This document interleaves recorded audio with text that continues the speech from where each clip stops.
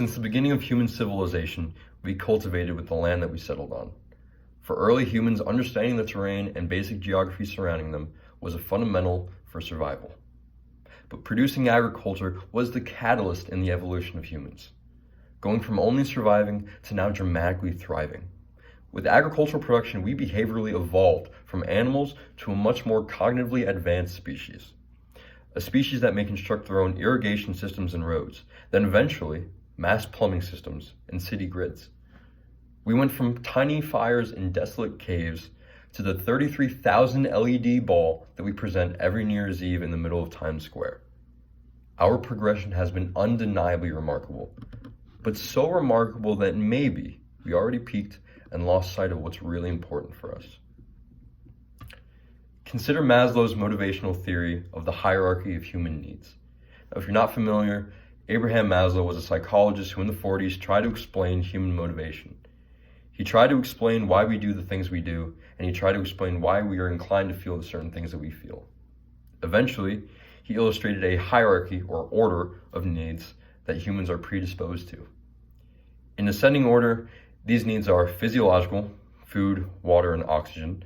Then there are safety needs, so that's a reliable income source of food, water, and oxygen, but also shelter and protection from the outside world.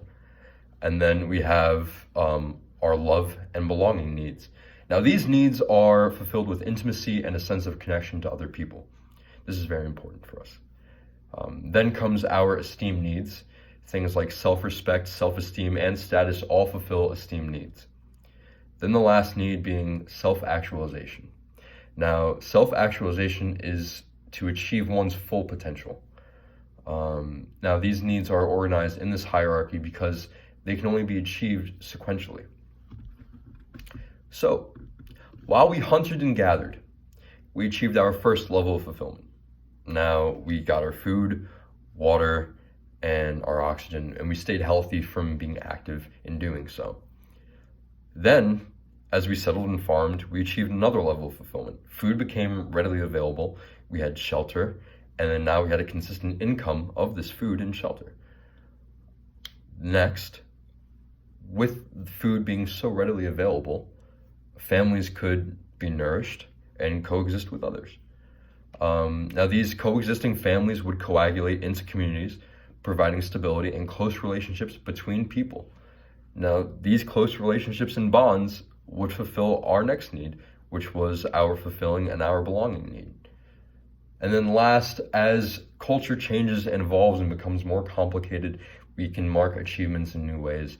And so we can fulfill our last objective, which is our self-actualization fulfillment, through having new cultural achievements and through building self-esteem within yourself to exist within your own culture.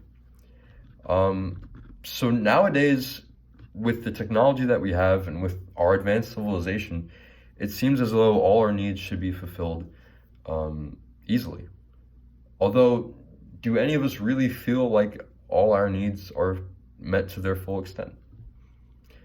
In modern times, most Americans live very comfortable lives as compared to that one of an early civilization, right? Nobody walks around with maggots crawling on them. Most Americans have a consistent income of food and they're safe. Although, while we're comfortable, are we fulfilled? How many of us feel as our days are blended into a singular looping experience? How many of us feel unchallenged and unstimulated on a daily basis? How many of us haven't truly discovered a sense of self? While we've cultivated the world to conform to our needs, we became comfortable, but we've also dissociated from achievement and real human nature. Now, because of this cognitive dissonance, Americans are really struggling. So the question is, how can we resolve this issue and make our lives genuinely fulfilling again? I propose that we take a lesson from our ancestors, and as they connected with their land, we should connect with ours. The best way to do this is to establish more farms across the country.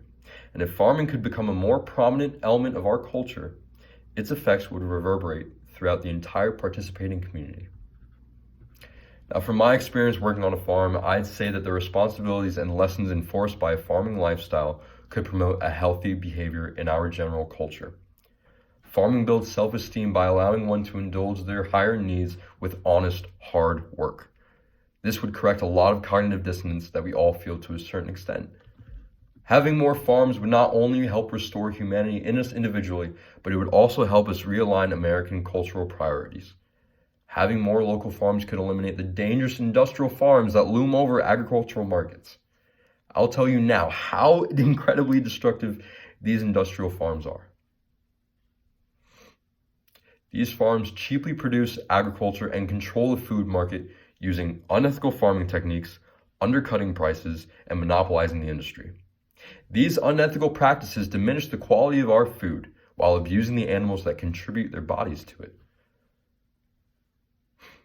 On larger industrial farms, the treatment of animals is a much lesser priority than the revenue they acquire. Because of this, underpaid workers disregard any sense of empathy and proper care for these animals. All these animals are good for is their body after they're dead. Although on smaller farms, they can cultivate stronger and healthier individual relationships between these animals and farmhands. This would ensure a much better lifestyle for the millions of animals that live on farms in America. So while we all can agree that the treatment of animals is an incentivizing benefit to have more farms, although for those who will only be incentivized through money or monetary benefits, farming may be for them too. By having more points of agricultural distribution, the cost of producing higher quality food will adjust to a manageable amount.